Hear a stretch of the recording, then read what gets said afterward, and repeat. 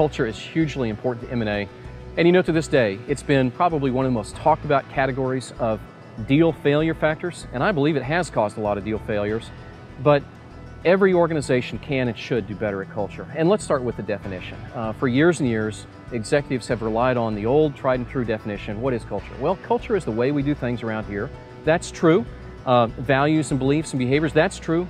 But culture to an M&A, culture to an acquisitive organization that really has to get acquisitions and integrations right, has to become much more. In fact, we use a metaphor to define culture. It looks kind of like a pyramid or an iceberg. You see a little bit above the waterline, but 70% is what you don't see below the waterline, and that's what will sink the ship every time. So what's that definition of culture, the pyramid or the iceberg? Well, there's the things you can see: strategy, business model, physical environment, vision, mission, values. Unfortunately, a lot of organizations stop there, but that's trouble, because the next layer under the waterline is what we call work processes or policies and practices. And this is where you get into: how does a decision get made? How much money can I spend? What is our respective belief about, do we show up to meetings on time and start immediately? Or do we kind of roll in casually and chit-chat about the family and the weekend and the sports teams and that sort of thing and then get going? And there's 100 issues with regard to our work environment, how decisions get made, how we do our day-to-day environment, that cause what we call flashpoints. Now think about a cultural flashpoint as a landmine. Typically you don't know it exists until you step on it. And if you step on it, it blows up and it's too late, you're caught.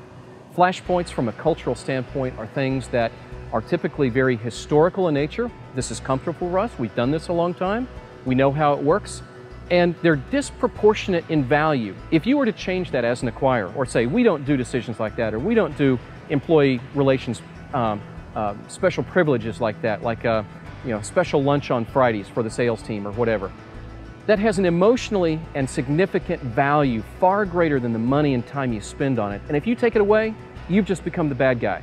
And now it's become a rallying point. And now the line gets drawn in the sand. And they're bad because they took that away, and I'm not going to give on this issue over here because they took that over there. So cultural flashpoints can destroy value in almost any deal. And there's an easy solution. We look for these things in due diligence. We interview people, we look around, we observe how things are done, and we have a framework that we work with executives so that they don't step on those cultural landmines and blow up some important value. And then the third step is really important. The final layer of culture is leadership, behaviors, values. What really gets recognized and rewarded? And if you don't walk your talk on what you say, it will become a huge values disconnect. The important thing is not just working on these flashpoints and disconnects, but working together with the target company to build the kind of high-performance culture that you want. And that's really the more important thing. Culture is key in M&A for two reasons. One is these flashpoints destroy deals, destroy value, cause people to leave, and they're not recoverable.